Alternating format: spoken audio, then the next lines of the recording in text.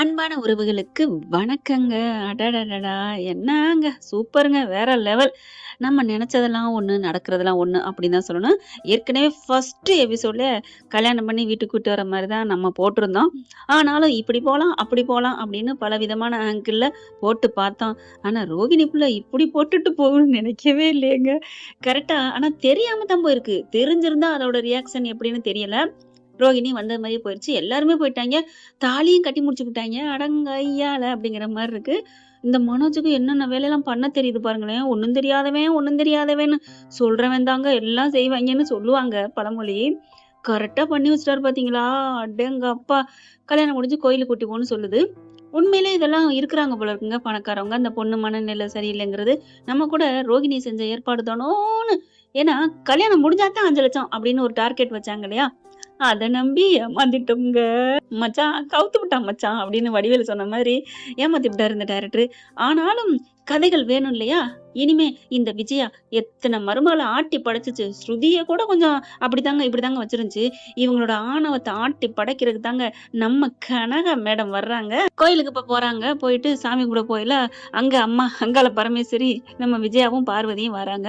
பார்த்துட்டு சாமி கும்பிட்டுட்டு வர்ற மனோஜ பார்க்க மனோஜுக்கு ஐய்யய்யோன்னு ஆடி போறாரு.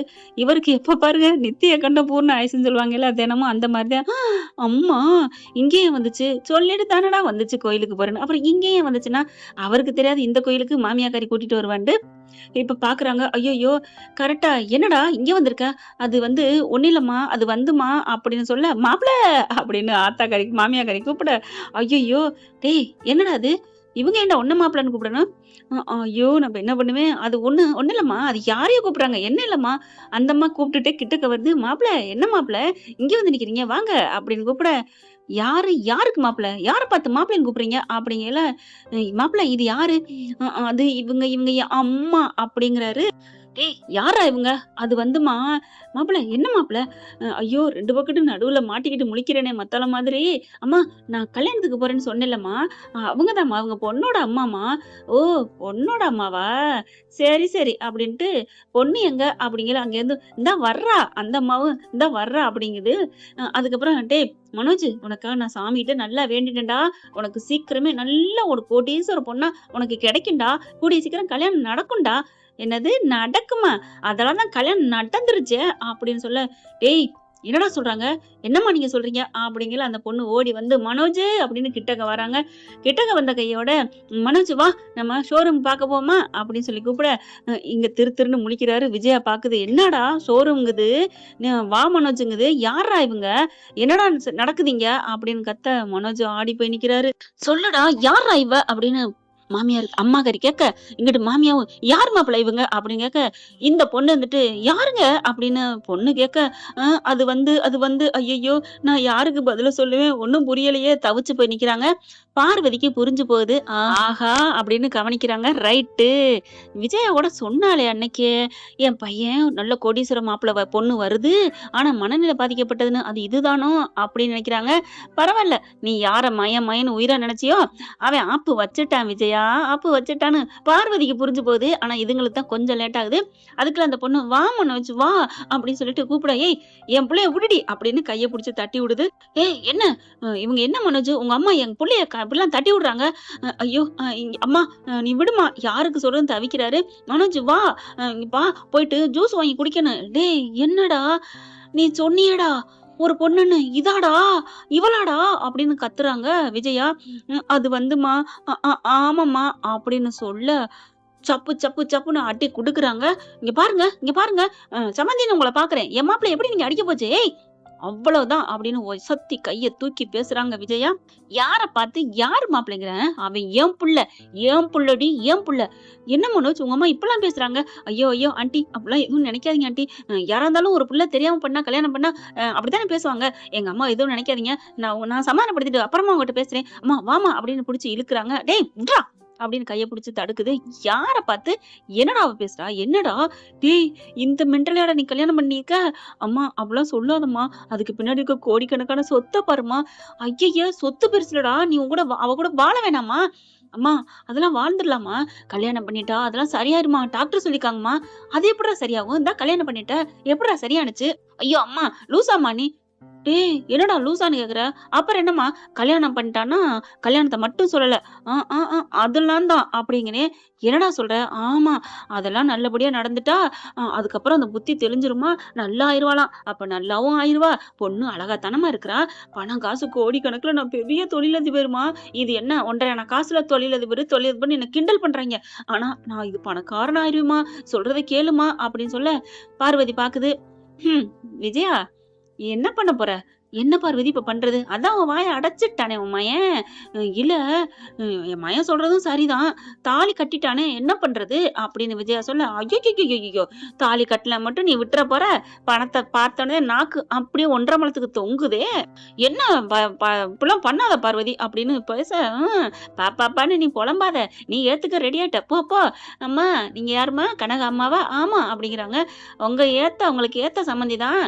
அவங்க கால்ல விழுந்து உங்க பொண்ண ஆசீர்வாதம் வாங்க சொல்லுங்க அப்படிங்கல அந்த பொண்ணுகிட்ட போய் அவங்க அம்மா பேசுது. கனகா இவங்க தான் உன் மாமியாரு, உன் மனோஜ பெத்தவங்க அப்படிங்கல. அம்மா சம்மந்திம்மா நீங்க எதுவும் தப்பா நினைக்காதீங்க. எனக்கு தப்பா தான் நினைக்க தோணுது, கோபம் வருது. ஆனால என்ன பண்றது? அப்புறம் ஒரு ஆசீர்வாதம் வாங்கணும்னா இன்னொன்னு எனக்கு முக்கியமானது வேணுமே. என்ன? என் புள்ள சொன்னான் என்னமோ சொத்து பூரா எழுதி வைக்கிறேன்னு சொன்னீங்களாமே. ஆமா சம்மந்தியம்மா. அப்ப எழுதி வைங்க. கண்டிப்பா எழுதி வைக்கிறேன். இப்பதானே கல்யாணம் முடிஞ்சிருக்கு, வீட்டுக்கு போகலாம். அதுக்கப்புறம் நாளைக்கே போய் ரிஜிஸ்டர் ஆபீஸ்ல போயிட்டு எல்லா சொத்தையும் 2 பேர் பேர்ல எழுதி வச்சிடுறேன் அப்படிங்கிறாங்க. நிஜமாவா? ஆமா. அவளுக்குன்னு நான் 2 கிலோ நகை வாங்கி வச்சிருக்கேன். எல்லாம் உங்களுக்கு தான். 2 கிலோவா? அவ்வளவு ஒரு சந்தோஷம். அப்ப ஆசீர்வாதம் பண்றேன். டேய் ஆசீர்வாதம் வாங்குறா வாங்கு அப்படின்னு சொல்லிட்டு பொண்ணையும் மயனையும் மருமகளையும் ஆசீர்வாதம் பண்ணுது. அதுக்கப்புறம் ரொம்ப சந்தோஷப்பட்டு கடவுள்கிட்ட வேண்டுனது கைவிடல. பார்வதி பாத்தியா என் நல்ல மனசுக்கு நல்லது நடக்குது. அடி பாவி! இன்னும் நீ திருந்தலையா? நீ இன்னமும் பணம் காசு பின்னாடியே போவியாடி? ஏற்கனவே ஒருத்தி பணம் காச வச்சு உன் பல்லுல வச்சு ஆப்பு வச்சுட்டு போனா. இப்ப இன்னமும் பணம் காசுன்னு போறியே! உன்ன திருத்துறோம்னா கடவுளால கூட முடியாது விஜயா. கடவுளால கூட முடியாது. உனக்கு பொறாம. யாரு? எனக்கு பொறாம. அடி ஏன்டி நீ வேற அப்படிங்கிற மாரி பாக்க, ஆமா என் மகன் பெரிய கோடீஸ்வரன் ஆயிட்டான்னு உனக்கு பொறாம. நீ வாம்மா கனகு, கனகு, கனகா யாரு? அதான் கனகாவ தான் சொன்னேன். என் மருமக. வா என் செல்லம் அப்படின்னு முத்தம் குடுக்குது மருமகளுக்கு. ஐயோ! என் கொடுமை தாங்க முடியலையே. டேய் 108க்கு கால் பண்ணுங்கடான்னு பார்வதி புலம்பி தள்ளுது. அதுக்கப்புறம் வீட்டுக்கு கூட்டி போயிறாங்க. அண்ணாமலைக்கு தெரிஞ்சதுக்கப்புறம் செம்ம கத்துறாங்க. ஏன்டா இதுக்கு தான் என் கால்ல விழுந்து ஆசீர்வாதம் வாங்கிட்டு போன மாரி போனியாடா? அப்பா அது வந்துப்பா, இல்லப்பா என்ன ஆசீர்வாதம் பண்ணுங்கப்பா. ச்சீ என் மூஞ்சில முழிக்காதடா. அங்க எல்லாம் அசெம்பிள் ஆகுறாங்க, ஆடி போறாங்க. என்ன? டேய் என்னடா இந்த பொண்ணு? டேய் அப்ப நாங்க கல்யாணத்துக்கு போனது, நாங்க வேலை பார்த்ததெல்லாம் உன் கல்யாணத்துக்கு தானடா? ஆமா. அப்ப நீ அங்க இருந்தியாடா? ஆமா. அப்போ எங்களெல்லாம் நீ பாத்தியாடா? ஆமா. எங்களுக்கு தெரிஞ்சுச்சாடா? ஆமா. டேய் என்னடா ஆமா ஆமாங்கிற? டேய் முத்து அடிக்காதடா. நீ கேட்கிற கேள்விக்கெல்லாம் சரியான பதிலா இருந்தா ஆமான்னு தானே சொல்ல முடியும். இல்லன்னு நான் சொல்ல முடியும். இது மட்டும் சரியா பேசு. முத்து, மீனா எல்லாரும் ஆச்சரியமா பாக்குறாங்க. என்ன இப்படி நடந்திருக்கு? அப்படிங்கல விஜயா பாக்குது. என்னடா உங்களுக்கெல்லாம் தெரிஞ்சுதான் பண்ணி வச்சிருக்கீங்களா? என்ன? அப்படிங்கல. ஹலோ ஹலோ என்ன என்ன ஆன்ட்டி அப்படின்னு ஸ்ருதி சொல்ல, என்ன ஸ்ருதி? எல்லாம் தெரியுங்கிறீங்க. நாங்க போனது வேற கல்யாணம்ட்டு. இவருக்கு தான் கல்யாணம் எங்களுக்கு தெரியாதே. அதனாலதான் எங்கள விரட்டி அடிச்சீங்களா பாத்துட்டு? ஆமா அப்படிங்கிறாங்களா? என்னடா மறுபடியும் ஆமா அப்படின்னு அடிக்க போறாரு. இங்க பாரு என்ன அடிக்கிறவள வச்சுக்காத. ஏன் ஏன்? ஏன்னா நான் இப்ப கோடி கோடி கோடி கோடீஸ்வரன். நீ கோடி கோடி கோடீஸ்வரனாலும் 3 வேளையும் வாயில தானடா சோத்த இறக்க போற? இல்ல வேலை வழியா கீழ இருந்து அடிக்க போறியா சோத்த? அம்மா இங்க பாருமா. டேய் சும்மா இருடா அப்படின்னு முத்துவ அடக்குறாங்க. மனோஜ் நீ பயப்படாத. இவங்களுக்கெல்லாம் பொறாம. யாரு? எனக்கு அப்படிங்கல அந்த பொண்ணு மேல இங்கேயும் ஏறுது. ஐ நல்லா இருக்கு மெத்த. ஐ நான் இங்க தான் தூங்குவேன். எனக்கு ஜூஸ் கொண்டு வாங்க. அண்ணாமலை பாக்குறாரு. என்னடா இதான் உன் கோடி கோடி கோடியா? அப்படிங்கல. அப்பா அது வந்து ஐ அங்கிள் நல்லா இருக்கீங்களே. இந்த கண்ணாடி கொடுங்க, இந்த சட்டையை கொடுங்க. இதெல்லாம் எனக்கு வேணாம். எனக்கு ஜூஸ் வேணும். மனோஜ் எனக்கு ஜூஸ் சீக்கிரம் ஜூஸ் அப்படிங்கல. அம்மா எனக்கு போட்டு கொடுமா அவளுக்கு. பாக்குறாங்க. முத்து வாய் சும்மாவா இருக்கும்? ஏற்கனவே ஒருத்தி ஏபிஜி ஜூஸ் போட்டு கொடுத்துச்சு. இப்ப இவளுக்கு 26 எழுத்து ஜூஸும் போட்டு கொடுக்கும். ஏன்னா பணக்காரி இல்ல அப்படின்னு சொல்ல, சும்மா இருங்க அப்படிங்கிறாங்க.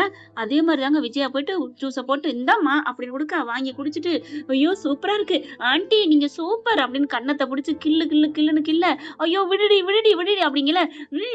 நறுக்குன்னு கிள்ளி ஐ லவ் யூ ஆண்டி வா மனச்சு அப்படின்னு கூட்டிட்டு போய் கட்டுல போய் வா உட்காரு வா படுப்போம் அப்படின்னு படுக்க. ஐயோ என்ன பண்ணுன்னு தெரியலையே. நல்ல வாழ்க்கை விஜயா உன் பிள்ளைக்கு. நான் என்ன பண்ணுவேன்? அவனா கட்டிக்கிட்டான். நல்லா தானே பண்ணிருக்கான். நல்லா கட்டியிருக்கான். நீ கொடுத்த தைரிய புள்ள தானே. திருத்தவே முடியாது அப்படின்னு எல்லாரும் கலையிறாங்க. இங்க விஜயா பார்த்தா கன்னத்துல கை வச்சாக்குல வருது. வந்து ரூம் கண்ணாடியில பாக்குது. அப்படியே புஷ்ஷுன்னு வீங்கிருக்கு. எல்லாரும் பாக்குறாங்க. என்னாச்சு? என்னாச்சு? வலிக்குதுடா. ஏன்? அந்த பைத்தியம் தான்டா என் கன்னத்த கிள்ளிட்டாடா. பைத்தியம் சொல்லாதீங்கம்மா. கோடி கோடி கோடி கோடீஸ்வரி அப்படிங்கல. என்னடா உனக்கு கிண்டலா இருக்கா? ஆமா. ஆன்ட்டி அப்படின்னு அங்கேருந்து வருது. என் செல்ல ஆன்ட்டி நீங்க குடிச்ச ஜூஸ் நல்லா இருந்துச்சு. அதுக்கு இப்ப என்னம்மா பண்ண? இன்னொன்னு வேணுமா? வேணாம். அதுக்கு இன்னொரு நன்றி சொல்லிட்டு போலான்னு வந்தேன் அப்படின்னு இன்னொரு கன்னத்த கிள்ள. ஐயையோ! போதும்டி. அம்மா சாமி விடுடி அப்படின்னு ஓடுறாங்க. என்ன ஃப்ரெண்ட் இப்படிலாம் போனா நல்லா தானே இருக்கு. பார்க்கலாம் என்ன நடக்க போகுதுன்னு. செம்ம ஜாலி தான். ஏற்கனவே இந்த குமரன் டைரக்டரு என்ன நாடகம்? சத்யா தெய்வ மகள் அந்த நாடகத்துல அந்நியாரே அந்நியாரேன்னு பிரகாஷ் கேரக்டர் சொல்லுவாங்க. அவங்க கெட்டவங்களா இருந்ததுனால அத ரிஜெக்ட் பண்ணிட்டு இன்னொரு கல்யாணம் பண்ணாருங்க மூத்த மருமகளுக்கு. அதே மாரி தாங்க இந்த கதையிலும் கொண்டாந்துருக்காரு. எப்படியோ நல்லா கொண்டு போனா ஓகே தான். தப்பு செஞ்சவங்களுக்கு தண்டனை குடுத்தா கரெக்ட்டா இருக்கும். பார்க்கலாம் ஃப்ரெண்ட்ஸ். இந்த பதிவு உங்களுக்கு பிடிச்சிருந்துச்சுன்னா உங்க பொண்ணான கையால ஒரு லைக்க போட்டு சப்ஸ்கிரைப் பண்ணி ஆதரவு குடுங்க. அன்பு உறவுகளே. Thank you friends. இந்த வீடியோ உங்களுக்கு பிடிச்சிருந்தா தயவு செய்து லைக் பண்ணுங்க. இன்னும் அப்டேட்ஸ்க்காக சேனலை சப்ஸ்கிரைப் பண்ண மறக்காதீங்க. நம்ம கிட்ட இருக்க எல்லா சேனல்ஸோட லேட்டஸ்ட் வீடியோ அப்டேட்ஸ்க்காக மேல ரைட் சைடுல காட்டுற லிங்கை கிளிக் பண்ணி வாட்ஸ்அப் குரூப்ல ஜாயின் பண்ணுங்க. உங்களிடம் விடைபெறுவது நான் உங்கள் மெஹர்.